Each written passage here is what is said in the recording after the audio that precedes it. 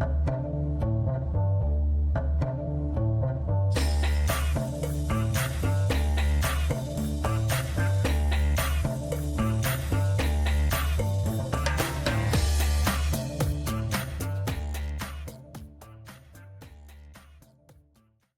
everybody, and welcome back to Fresh Set. I'm Sabrina. And I'm Kevin. And we're back after the Singapore Grand Prix, the official night race of F1, the longest night race, the first night race of F1, and the longest standing night race that they have. And yeah, always a fun race, street track. They changed a few things this year. But before we get into all that, just a reminder, if you are on social media, don't forget to like, follow, subscribe, all the things at Fresh Set Podcast, and then wherever you get your podcasts as well. You can find us at Fresh Set Podcast, and like I said, like, subscribe, follow, share, comment, all the things. All those things. But yeah, Singapore, I think in my top 5 tracks.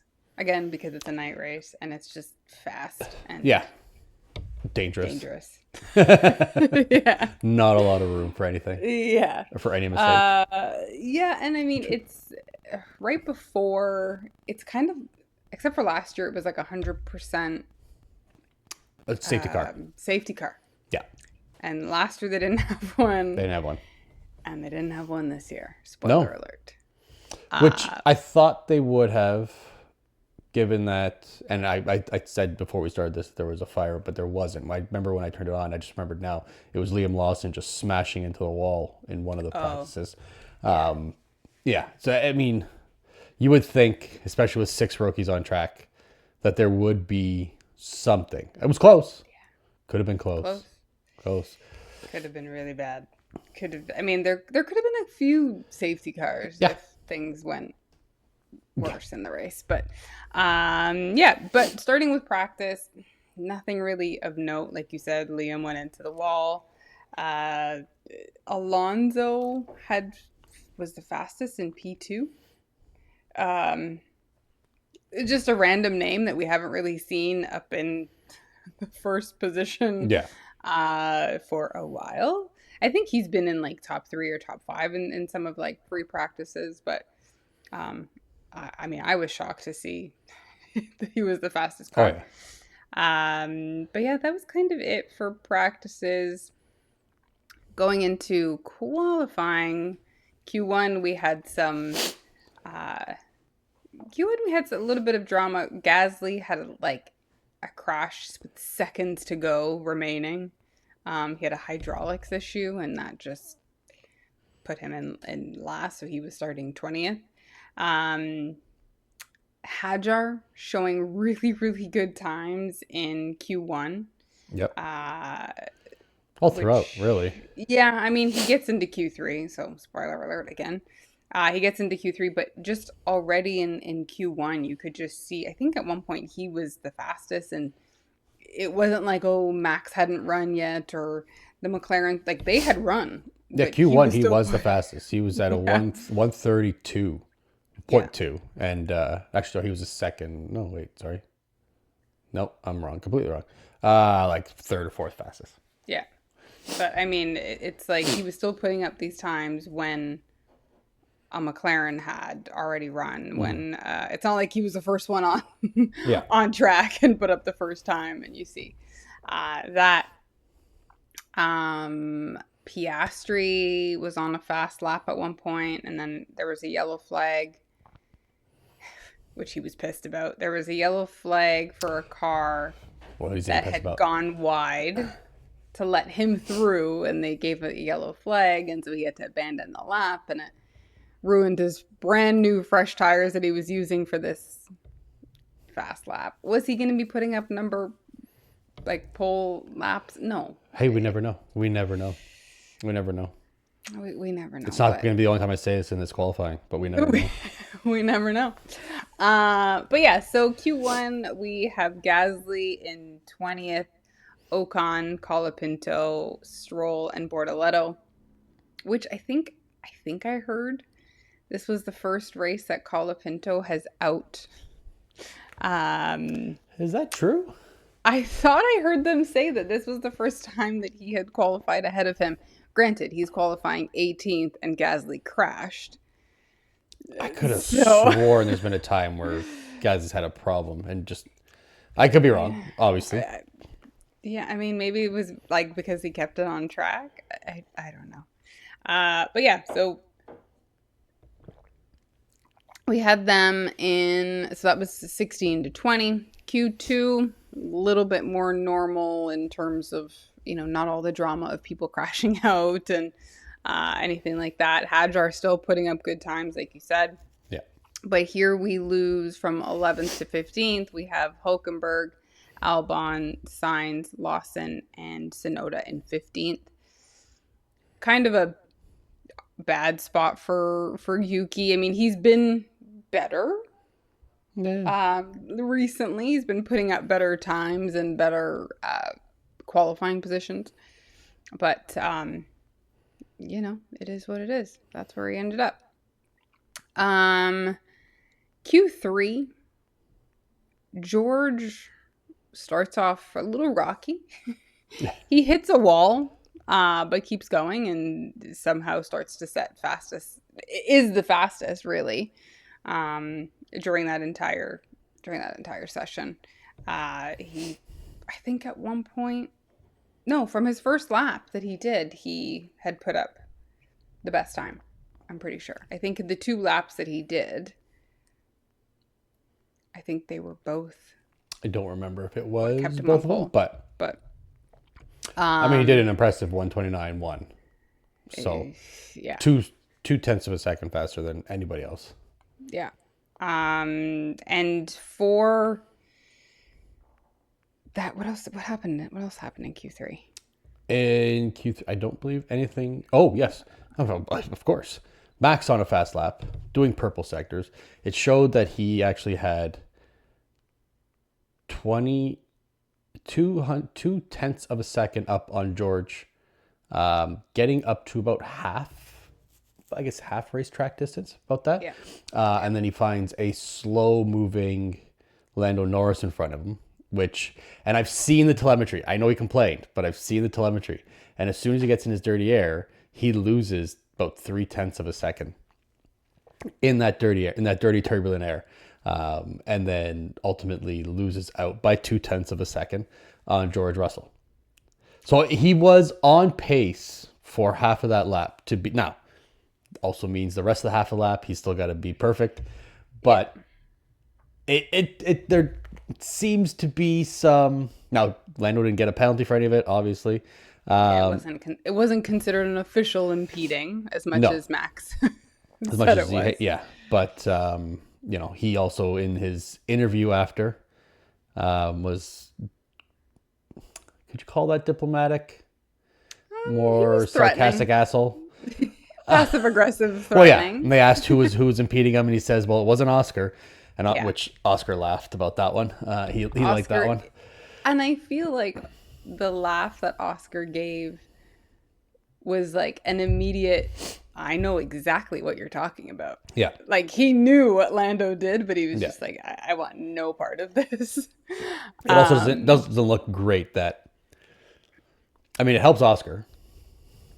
It helps Oscar ultimately, but it also helps Lando because Max is creeping up on him. Yeah. That was the big Q3 moment. Yeah. The shebang in Q3, but we have a top 3 of George Russell, Max, and Oscar.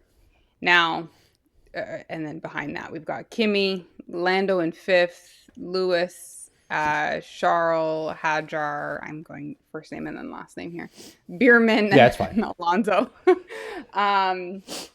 Now, going into this race, McLaren needed 13 points. That's it. Yeah. So a podium gets them the championship, the Constructors' Championship. Yeah. Any podium, whichever one it is. If they don't finish on the podium, they need both of them to be in the points to at least make the 13. Yeah. So it was kind of like, okay, Oscar's in 3rd, Lando's in 5th, can they do this? I mean, it would be ridiculous if they couldn't, but hey, crazier things have happened. It is Singapore. Yeah, crazier things have happened. So, I mean, a lot of pressure on them. And then going into the race, there's kind of this like weird aura around the McLarens, I thought. Did you also want to mention that the Alpines both got disqualified? Oh, yes. Yeah, they did. This was after qualifying, so I didn't want to jump the gun here. But they did get disqualified for the slot gap infringement on their rear wings. On their wings, yeah. So, which, I mean, James Vowles is always very, like, open. Williams puts out, like, a huge statement of, which he did. It is what it is. We made a mistake, and it impacted both drivers. And they were both disqualified, which put them to 19 and 20. 19 and 20, but I want to say somebody started in the pit lane. Was it one of them? I don't remember. I don't remember. No, Albon started in the pit lane. Sorry, and then and Sainz started in and then Sainz started in 18th. Yeah, everybody kind of just shuffled around, but so there was this. I found that there was some sort of tension between the McLaren. I just feel like there's always tension. Has there always been? Yeah. But this race, 62 laps, and it rained just before the race. Yeah.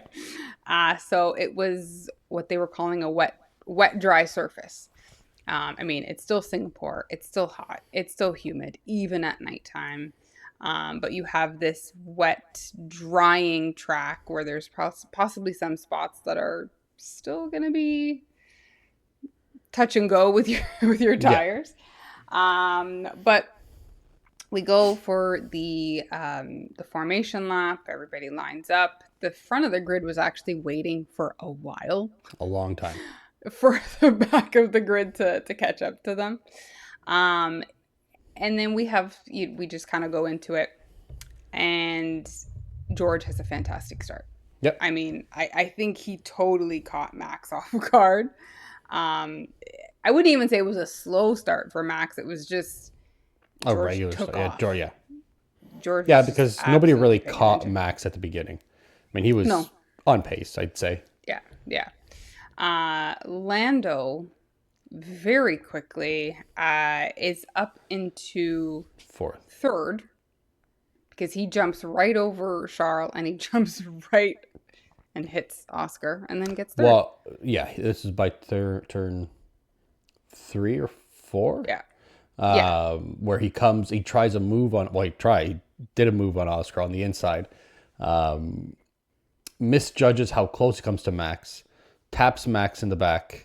And then as he's trying to avoid him before he taps him, kind of oversteers and snaps into Oscar, touches Oscar, almost puts him into the wall, and then takes over third place. And then Oscar dropped to, was it right to fourth or was it fifth? Right, fourth. I think he dropped into fourth. Into fourth, yeah.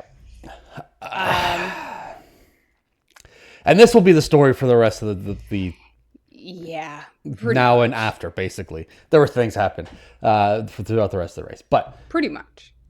It's automatically, so I found it really interesting with the radios, right? Because if Oscar's obviously, that wasn't really fair. And what world are you able to take over your teammate by hitting them? We should switch it back. And right away, McLaren's like, we're looking at it. And then they say, no, we're not going to switch back. It's basically like a racing incident. That's what they're going to, it's papaya rules. That was clean, apparently. No. It even goes to the stewards. The stewards even take a look at it. They say no further. And I can see the stewards saying it's a racing incident. It's not that I expected McLaren to say anything, because they're so ambiguous and they don't really want to get involved. But yeah. Lando's on the radio, and all he says is, I've got damage, I had contact, can you keep an eye, please? If this was the other way around, and Oscar was on the other side, and Lando had that happen to him, he'd have been losing his absolute shit. So we know that Lando feels like he's wrong. Yeah. that he misjudged it. And he said, I misjudged how close I was. Yeah. But he knew he was probably in the wrong. I think he was expecting something coming. Yeah. He had to. He could. And the knock has always been Lando's not aggressive enough. Yeah. And the one time he tries to be aggressive, it just completely backfires. Well, and I think you can be aggressive and you can be the bully of some sort as long as you kind of keep it somewhat clean, and especially clean with your teammate. Yeah. I mean, Oscar actually had a statement that said if he has to avoid another car by crashing into his teammate, then that's a pretty shit job of avoiding. Yeah. Oscar's not wrong. By any means, he's not wrong. But to be fair, take out Max. Don't take out me.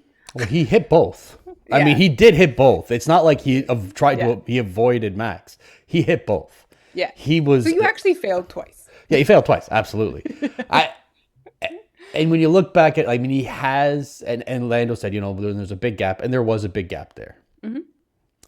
But you can do a better job of, I feel like he was more thinking, I have to get ahead of Oscar than I have to try to avoid a collision with Max. Because it would have been a very easy thing just to avoid that, and then you're both racing down the straight. Yeah. I think he wanted to make sure he was ahead of the apex, which he was, but it was because he had to be underneath another car. Yeah. And I mean, he had a big gap, but you did hit two cars. So was the gap that big? He closed that gap real quick. Yeah. By just putting himself there. Yeah. So, like you said, this continues pretty much the whole race, and you can just feel it. Oscar is seething with every radio we hear, even after the fact. And he kind of continues for quite a bit of time talking about this. Like, we're on lap, I don't know, 20, and Oscar's still, and this happened on lap 1, corner 3 of lap 1, and Oscar is still kind of seething about this so long after. And it really is the first time we hear an angry Oscar, yeah. And he's usually indifferent. At this point, Lando's also got a bit of damage. So his front wing end plate is off to the side a little bit. And a lot of people, I'm assuming they're Oscar fans, not Lando fans, had made the comparison to last year where Kevin Magnussen had a similar damage. It looked worse, probably, because it was like almost falling off. Yeah. Than Lando's. But he got a black and orange flag, which was he had to come in for safety reasons and get his front wing changed out. It wasn't like he was going to be disqualified or anything, but he had to get his front wing changed out because they didn't want the possibility of pieces falling off, endangering anybody else on the track or causing an incident. Fair enough. I feel like the FIA is also so scared of making... There have been so many calls, race-deciding calls in recent years that I feel like, especially with the two championship leaders, that they're so worried about the backlash that might come from making a call. Yeah. And this is where, again, like we've talked about this over and over the last 2 years, consistency. Yeah. I think it almost makes it easier, though, to make the call when your two championship frontrunners are on the same team. Makes it a little bit easier. When they're on opposite, like when you have, Lewis and Max in 2021, if they said anything, either side was going to rip them apart, and rightfully so. But I mean, but think about it from F1's main point of view, which is money. Yeah. Right, and we'll talk about somebody else's money concerns in later. But if you were to do that to Lando drops, especially at that point of the race, because we're at that point. Let's say they called it by lap 5 or 6 when they decided to make that call. He's still in a position where he's going to lose potentially 3 to 6 places. Let's say, right? It's early enough. People are still bunched up enough. It's probably going to be like a 3 to 6 race drop. That really takes him out of contention for the championship. Not out of contention, but it makes it a lot harder. Yeah. And that's not good for TV. Not when you can have a last ditch, racing battle in Abu Dhabi. Yeah. Same team racing battle. Exactly. I want to know, and then obviously there's a rivalry here because McLaren has created this rivalry between their own teammates. I want to know if there was any calls or texts made from Stefano Domenicali's phone to a racing steward who might be his buddy and be like, don't do anything. He's allowed to go. If it comes off, it comes off. Don't you fucking dare. Yeah. I will say, you compared it to Kevin Magnussen. Magnussen's, from the angles that we've seen, Magnussen's was worse. And it was worse. Hanging on by a thread. Magnussen's was hanging like so much so like you could see it. Yeah, I would say it was like probably like a 30-degree angle where Lando's is. No, it's just me knowing angles. It's probably like at a 75, or a 60. Like it's not. It's just more than a 90. You know what I mean? And I think if Lando's fell off, he would run over it. The damage would be to him. It's not like who are we to decide?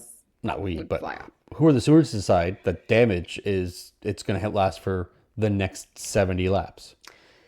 Yeah, I mean, it could get. And again, it's a street track, so it's.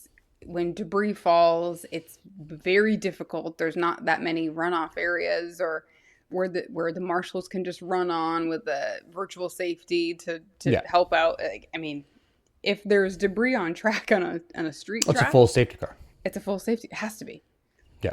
In some cases, if it's bad enough, it's a red flag. They red flag the race to clean up the debris. But, anyways, none of that happens. Lando on lap 15 makes life a little bit worse for himself too, where he tells the radio or he tells his engineer that he hit the wall, and it's like, okay, dude, like we just need you to get the car to the end of this race. You've hit 2 people, one being your teammate. Now you've hit the wall. We need 13 points. Please just get the car to the end of this race. But also at that same lap, George is ahead of Max by 8 seconds. Yeah. Insane. Mm-hmm. Absolutely insane. Where has the speed come from the Mercedes? No idea. And I don't think they've made upgrades. No. I don't think it might just be their car is better set up for something like this. Yeah. Where I don't know why. I have no idea. But they were flying. Yeah. George was. Kimmy too. Kimmy qualified in 4th. Yeah. Kimmy qualified in 4th. Kimmy was doing some good times. Yeah. Yeah, cool. So McLaren, I think this should be the final time McLaren tries the dummy call for a pit stop. But it won't. It won't. But it was the worst. It won't be. It was the worst dummy that they could have done. They're calling in Norris to say, and I don't know, again, it was a dummy, but they said it over the radio, which is even more obvious. Box to overtake Max. You never hear a team say box that obvious, because this is our plan. No, they just say box. Like, bring it in this lap. Box. We're going for plan A. Whatever. Box this lap. Plan A, box this lap. Box to overtake Max. And I don't even think Red Bull flinched. No. Red Bull was like... Helmut Marko sitting back in his chair like, look at these fucking guys. Yeah. Yeah. Legit. That's exactly what he was doing. Just shut up. Yeah. It was... bizarre. Max did come in a few laps later. A bit of a slow stop for Red Bull. It was 3 seconds. That's a slow stop for Red Bull. Yeah. But Russell comes in. McLaren, again, playing this stupid game of asking the drivers what they're going to do. And they ask Max, they ask Lando if he would let Oscar pit first to cover Leclerc. First, I don't think he understood what he said because he was like, yes. And he was like, no. No. He quickly was like, no. He said no. Which, why are you asking him? No, you don't ask them. He's the one in front. Like, you and make the decision. It's just another example of pitting your drivers against each other. So instead of you being a team and you make these calls for them, you're going to ask him, and then Oscar's going to hear this and be like, "Well, he's a fucking asshole." Because now I'm not running now he's not even letting me run my race, and he fucked me over in the beginning. So now you're just pitting them against each other even more. Don't tell me you don't play favorites. You have two qualified number one drivers, and I know but you can't say you have two number ones because you don't. No. You have a number one. You just have two drivers who could be your number one, but you favor one. You favor one 100% of the time. Absolutely. Oscar then pits. They bring Norris in, and then Oscar pits a little bit later, and he shockingly has a slow stop, a 5.2. I mean, I say it like that. Did they do it on purpose? Probably not. Probably not. It was just, wheel issues. And we actually did see this quite a bit because Aston Martin brought Alonso in. His wheel gun didn't work, or one of the tire wheel guns didn't work. So I think maybe the heat, the rain, the humidity just was affecting everybody's. Because again, we had slow stops, we had wheel gun issues on multiple teams.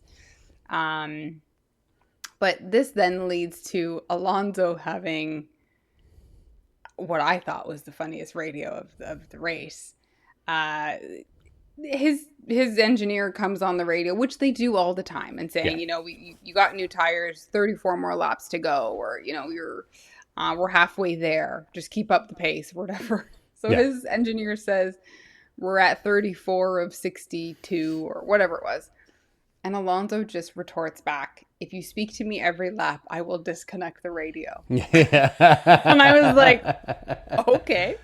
Alonso had the best radios of this today.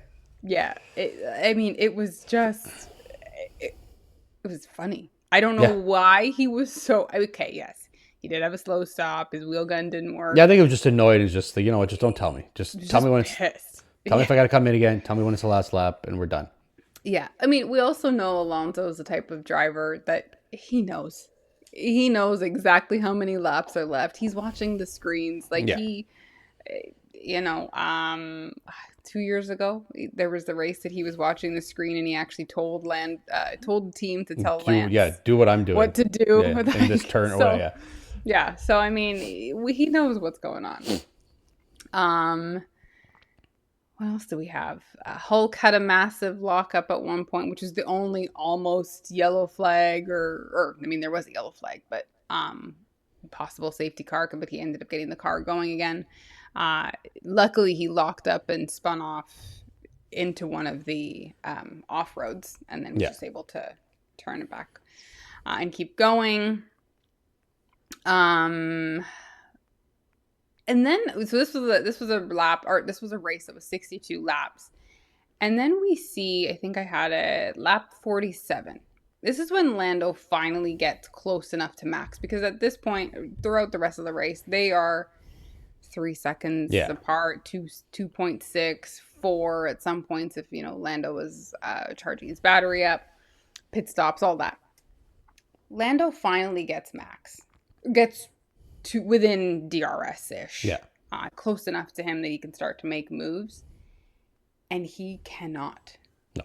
From lap 47 to 62, he stays right behind him. And there was not even a lunge at one point. There was not even... No. He just couldn't get his car close enough to do anything, really. I feel like... I know I don't have all their lap times, but I feel like at some point Max realizes I'm not going to catch George. Yeah. Like, it's not going to happen, right? Yeah. And if I go, George is going to keep pushing. It's not going to happen. And then so he doesn't put in those fastest laps anymore. He doesn't do that. He does enough to get through. I think he kind of resigns to the fact that he's going to finish second. And as soon as he sees Lando again, he's like, okay, I got to go again. Right? Yeah. I mean, it's a dangerous track. You're going to go flat out for every lap. You're probably putting yourself at more risk. So why add the risk on? Especially if you feel like it's not going to happen. I mean, Max finishes 5.5 seconds from George when he was at 8 seconds before that. I don't think he had a real chance of No, catching him over the 60. and we know he was complaining about brake Yeah. issues. He had really bad tire degradation. Mm. I think on one specific, I think it was his front left was really bad. But it just kind of goes to show you you don't have to, you just have to make your car as wide as possible, Yeah. because in what is that, 20, less than 20 laps, 13 laps, 16 laps, whatever that is, Lando couldn't get by him. No. So Max was able to defend without proper brakes or whatever the issue he was having in there. He was still able to fend off the quite clearly faster Yeah. car behind him and just keep that McLaren where it was for a good chunk of time. Where, you usually see somebody, they can get within distance. And we've said it numerous times. If there was only 2 more laps, they would have got him. If it was only 2 more laps, they would have got him. I don't think if there was 10 more laps, I don't think Lando would have been able to get past Max. He was just making his car way too wide and difficult for Lando to get by. Lewis was doing really well throughout the race. At one point, they actually had to switch Leclerc because Lewis had the faster Ferrari at one point. Yeah. But almost as soon as he passes Leclerc, he loses his brakes. Yeah, specifically the front left one. Like, it just starts to spark and burn out, and I don't know exactly what happened. I don't know if the brake pad had come off or however the fuck they work. I don't know. But he had basically 3 brakes, so he couldn't. Certain turns just are harder than others. And it was just sparking for about a half a lap, and then he just completely lost it. And he ran the last 3-ish laps with not a lot of brakes and not a lot of speed. I mean, he would speed up in the straight as much as he could, and as much as he could until he could lift and coast. And then even then, he went right through turns, right through corners, whatever he could do to keep it out of a wall and keep it as straight as possible without having to use his brakes in the chicanes and all that stuff. Dangerous.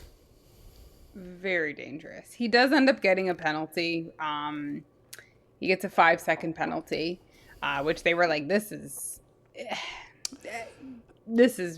don't even know if it should be more than that, but I think we have a lot of drivers, specifically an old rival of his, Alonso, anytime he gets to speak up against Lewis, which he was also behind Lewis. But he was 55 seconds behind Lewis. 55 seconds behind Lewis and came within 0.5, I think it was. 0.5, 0.4. Yeah. So when he crossed, that just shows you how slow, or just how much Lewis was struggling, that somebody was able to get from a minute behind you, basically, within 3 laps, almost beat you at the finish line, which because of the penalty, he did end up taking his position. He finished ahead of him, but yeah. But I mean, we also learned that Charles' brakes had kind of been gone as well. Since lap 8, not as bad, but he was having issues. Yeah. But I mean, if you're having and I watched back from the lap that he had lost his brake. We had 4 blue flags unlap themselves at considerable speed on a straight because he couldn't confidently just press on the gas. He said he was putting on the brake pedal to the floor and it was barely stopping. At some point, he's got to be up. I mean, maybe because it was the 3rd lap, obviously, then they would have either retired the car otherwise, or sorry, not the 3rd lap, the 3 laps left. But I mean, it's dangerous, especially on a street track. It's not like a dedicated track like Coda where you might have a shit ton of runoffs and gravel pits, or something that's going to slow you down. Or you've got concrete and other 3,000-pound rockets on the road with you. Extremely dangerous. And I mean, we've heard Lewis complain about why is that car still driving around? It's dangerous. It's what have you. When last year, when Perez limped around the whole track in Canada to avoid a safety car, everybody was in an uproar about it. If you do not have brakes, this is the most dangerous thing. Yeah. That can be happening right now, because you can't brake if a driver comes in front of, like, if there's a crash in front of you, you can't avoid the crash. Yeah. Like, so, I mean. And then he comes, so whatever lap it was that he lost his brake, he goes around and he's talking about he lost his brake. And then he's 2 corners away from the pit stops and he says, I can't brake anymore. Nobody calls him in. Nothing. Yeah. It's just keep going. Just try to get through it. And this is another one of those situations where if we had 1 or 2 more laps, I feel like the FIA would say, no, black and orange, you got to come in. Like, you can't be doing this. Or Ferrari would say, you're going to just retire the car. But I think they just took the gamble on everybody's safety to try to get a result. Which, I mean, he still ended up getting 4 points and finishing in 8th. But I mean, it's better than a DNF, but it's dangerous. But at what expense? Like, it's not, like I said, it's not the track you want to have this. No, and we go back to level of consistency. Yeah. From the FIA, right? I mean, if we're going to yell this at one was Stroll or Well, Colapinto, it's like, get the fuck off the track. Yeah, this is dangerous. So, but the race finishes, and George gets his second or third win of the year. Max comes second, and Lando gets third. Podium. So McLaren wins, and Oscar gets fourth place. And at one point, it did look like Oscar was maybe going to be catching Lando again if there was 5 more laps. Yeah. Could he have passed him? We don't know, but he was gaining some time. Or could they have come together? Probably. Probably. That's more likely than him passing him. But yeah, I mean, McLaren wins the Constructors' Championship. They now tie Red Bull for... no, they passed Red Bull. They passed Red Bull? They're tied with somebody. I think they were tied with Williams, and now they've taken... They're the team behind Ferrari for most World Constructor Champions. So I think it's Ferrari, then McLaren, then Williams, and Mercedes. I think so. Mercedes, but yeah, very anticlimactic. Why? There was a lot of climaxes. I mean, I just feel like it was just kind of, I mean, Oscar was pissed. Oscar wasn't even a part of the celebrations of them winning. Oscar disconnected his radio in the middle of a message from Zach. Yeah. And basically, just shut the fuck up. I don't want to listen to you right now.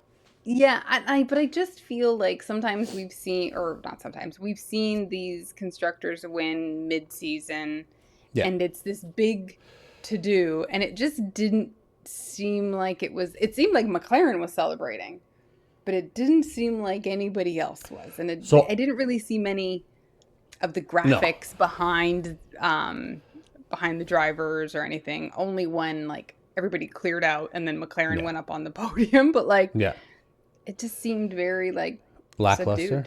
Subdued. Yeah. Well, Oscar goes straight with his PR person right into the paddock and right into his little room there to discuss what their strategy, what they're going to talk about, because there's going to be lots of talking points. And then goes out into the media pen, misses the podium celebration with McLaren. Now, I don't know if that was because he just wanted to fulfill his PR obligations.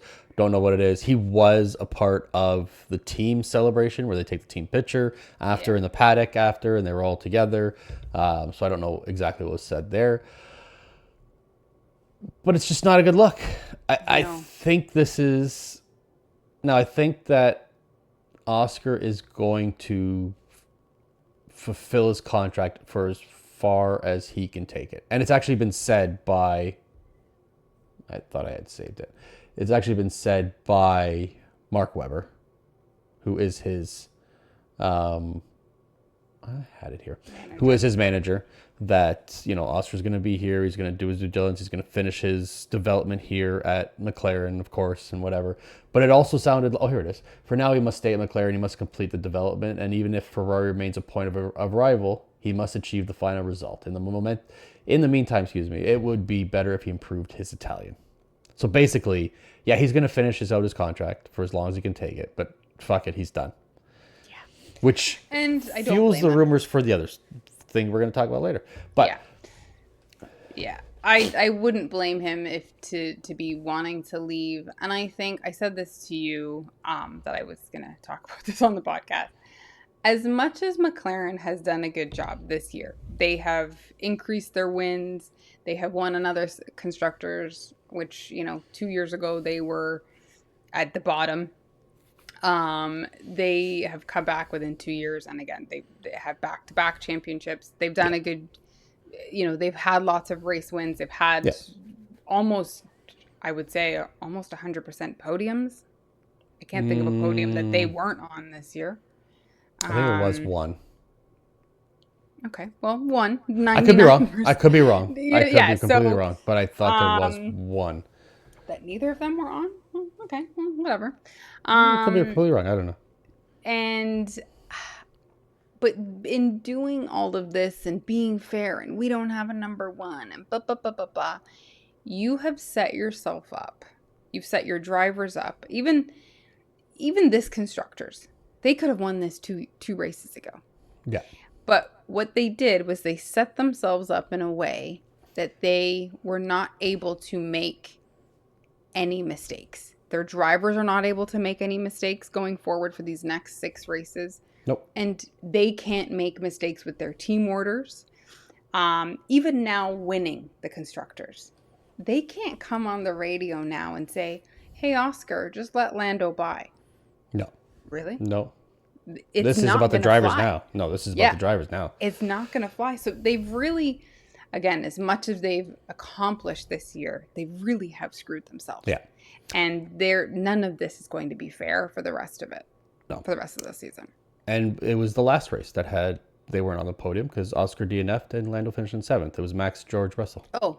George Sainz. Yeah, that's right. Yeah. Just this last race. So, yeah, I mean, I think this whole we don't have a number one. We are fair. It's papaya rules. What the fuck are papaya rules? There are no papaya rules. It's just a way they could say, we're going to let them race and hopefully they can figure it out. You know, it's like when you have 2 kids and you're like, let's just let them beat the shit out of each other and hopefully they'll figure it all out. Yeah. This is how rivalries start. And we've seen it. We saw it with, not that Lando and Oscar were best friends like Nico and Lewis, but you will see best friends turn to enemies on the same team because of team calls and lack of team calls and, you know, airing radios or, they've really made more of a mess for themselves. And I think what's happening is great on George and Mercedes this weekend, but the other teams are seeing these holes. Yeah. And they're like, perfect, let's capitalize on it. We know the McLarens will take each other out. Let them be their own worst enemies right now. And they haven't, ever since this has kind of come up, which is, again, in the last 3 races, they haven't been so successful. Yeah. They've been falling apart at the seams. And, again, just been lucky to pull something out of the podium this weekend. Otherwise, they could have possibly been having to go to the next weekend, and this could have been wrapped up 3 races ago. Yeah. But yeah. So that's my little McLaren rant. before we go on, so we'll go on to the news. But before we go on off of the McLaren topic, now we don't have to talk about it a lot. One thing about fueling the rivalry, and just being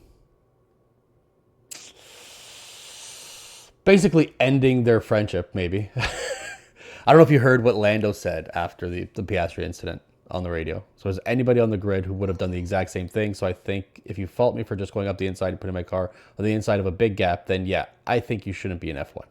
Basically telling Lando, or Oscar, go fuck yourself. I did see that. That was that. We don't have to go really go into it. The only thing that really pissed me off about all the comments is Jensen Button, who normally I really like listening to. Did you see what he said? No.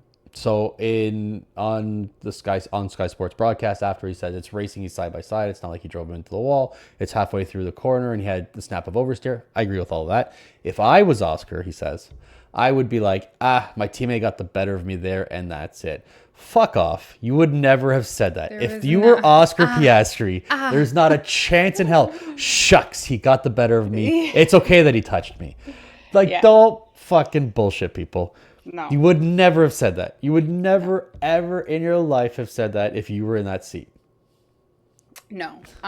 There's no driver on the grid that would say Absolutely that. Not. There are some that might be a little bit nicer or a little more passive aggressive with it.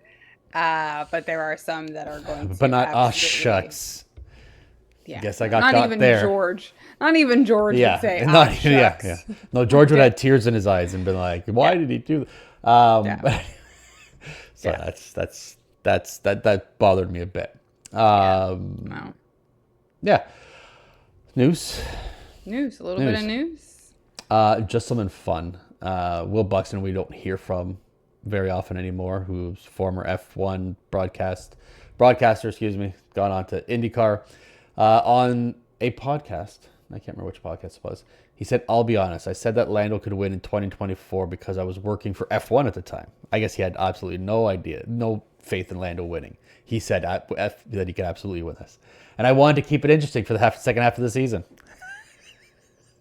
I love that he's so honest, but this isn't Lando, this is Max, and Max can do the impossible. So talking about this here. Yeah. I just love the fact that he actually came out and be like, yeah, they told me to do it. Like, I have to do it. I have to say it because I need people watching. But yeah, I know you hadn't heard those comments. No. I mean... we know that broadcasters do it. We know somebody's got to be... They have to have somebody who's on one side and somebody's on the other side, and they have to make arguments for both. It's what keeps people interested. Yeah. Whatever. But... to come out and say like, yeah, Lando had absolutely no chance to beat Max last year, which we all knew. But yeah. Sticking on the Red Bull-ish and McLaren thing, Alex Doon, who is a test driver for McLaren, has left or has been released by McLaren. And the rumors are, or it's apparent, the rumor is that it's going to be announced that Doon and Lindblad will be driving in the Red Bull system next year, which is most likely Yuki and Liam out because we know there's no way that Isaac is out of there. No. There's no way. I mean, if you're going to pick two, it's going to be those two. Yeah. And it's just, and it's most likely Isaac up into the Red Bull. Yeah, I would agree with that. I think Liam's gone. I mean, everything's kind of pointing that we have these two new Red Bull adjacent academy drivers coming. One. The obvious. Yeah, one. The obvious is Liam, I think, is the obvious of those two, and then Yuki is. I think they've already made up their mind that Yuki's gone. Yeah. Which sucks. Yeah. But which one do I want to end off with here? Just another. Apparently, people heard in the paddock this weekend that Lawrence Stroll talking with an overhearing of talking with Toto, that he would be willing to sign Christian Horner as a team principal. I mean, I think Lawrence Stroll just says a lot of shit, and he's got the money to back it up. But do you really want to bring, like, if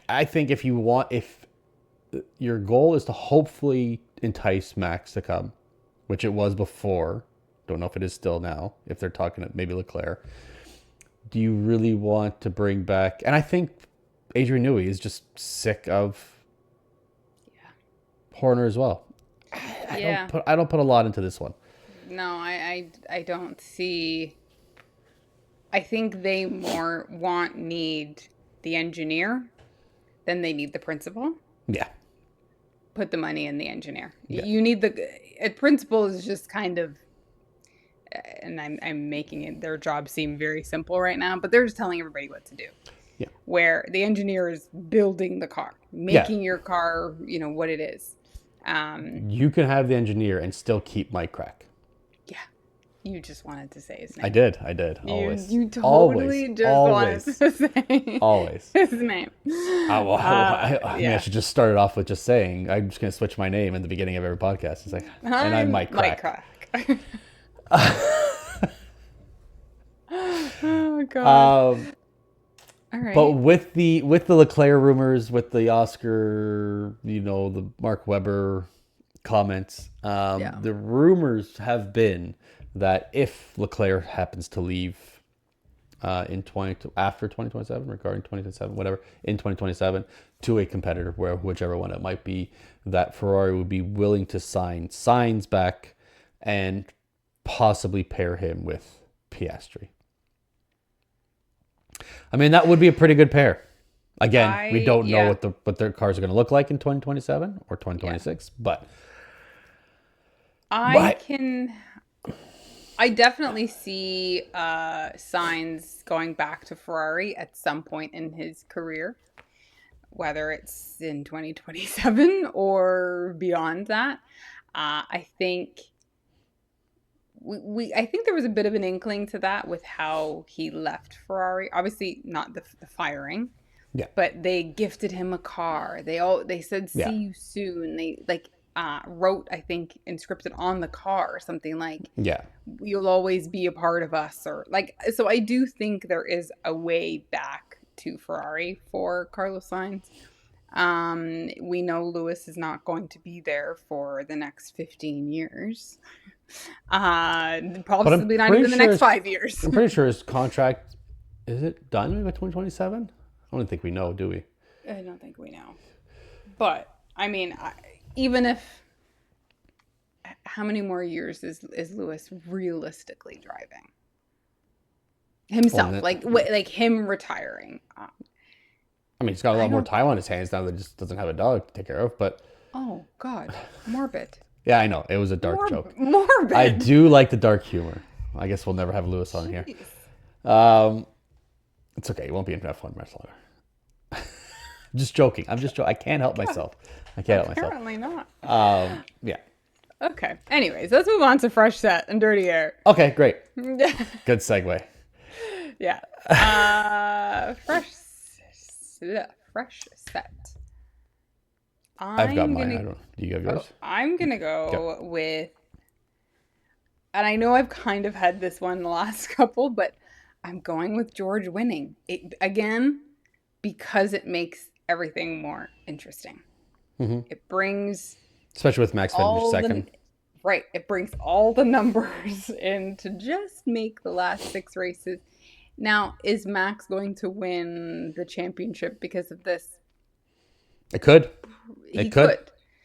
Possibly not. But I could see the McLarens having it coming together in one of the last, what have we got, 6? Yeah. 6 races.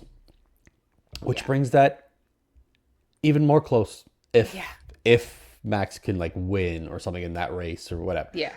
Where there's a large gap closure in one race. Yeah. I mean, I can see it. If we just see, if the McLarens, and this is even, like we said, putting the McLarens still on a podium, but, if Oscar is in 3rd and Max is in 1st, that makes a huge difference. It makes a difference in numbers, and it brings Max into closer to Lando. It brings George winning, brings George into the whole mix. He was always kind of there, but this 25 points really brings him into all of this as well. So him winning, somebody other than the McLarens winning, is just making all of the these last 6 races are going to be like just crazy, I think. So that's my first set. Not because I'm like, oh, George won. Yay. I mean, yeah, good for George, but it's just what it brings. Yeah. Yeah.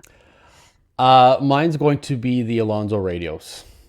Yeah. I mean, that was that was probably my favorite part of the whole race. Yeah. I'll say it. Like, lap 1 was okay. I mean, it was just a little bit of fireworks.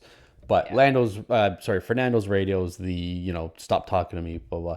I want to read to you the one that he said from Lewis's, or whatever it was. Yeah. Whenever that was. Oh, fucking hell, man. I cannot believe it. I cannot fucking believe it. I cannot fucking believe it. I mean, I cannot fucking believe it. I cannot fucking believe it. Is it safe to drive with no brakes? Yeah. I would be up. Like, I feel like I was having a stroke if I had said that many times. Yeah. And what do you say as the engineer hearing that on the I think you just laugh. I think you just laugh. How could you not? Like, that's great. I don't have enough beeps for that. Yeah. If any radio message was going to get a fine for swearing, it should be that one. Yeah. I mean it shouldn't, because it was so great. Yeah. But it could. I mean, Ben was probably watching the race being like, why did I get rid of that swearing ban? Yeah, that should have been like $30,000 for us. Honestly, yeah, that was my fresh set. Dirty Air.